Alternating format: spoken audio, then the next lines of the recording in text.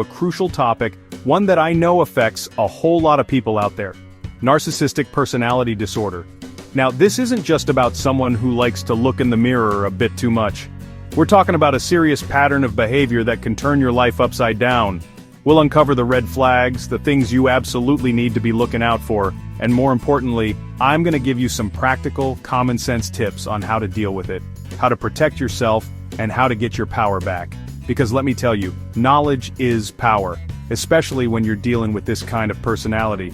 Now, some of you might be thinking, is this really that big a deal? And I'm here to tell you, plain and simple, yes, it is. Living with or working with a narcissist can be emotionally draining, psychologically damaging, and just plain exhausting. They can suck the life right out of you if you let them. It's like being on a constant emotional roller coaster and you didn't even buy a ticket for that ride. Understanding the dynamics at play isn't just interesting. It's essential for your well-being, for your peace of mind, and for your future healthy relationships. We're not here to diagnose anyone from afar. Let's be clear about that. But we are here to educate and empower you.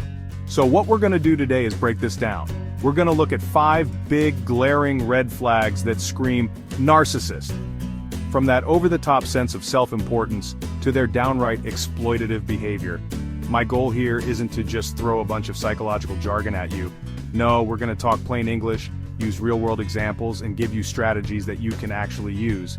Because at the end of the day, you deserve to be treated with respect, and you deserve to have healthy, balanced relationships. So, lean in, pay attention, because what we're about to discuss could change the way you see a lot of things.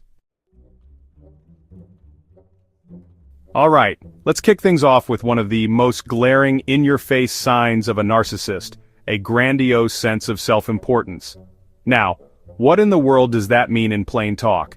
It means these individuals believe they are superior, special, or unique, and they expect everyone around them to just recognize this supposed brilliance without them actually having to do much to earn it.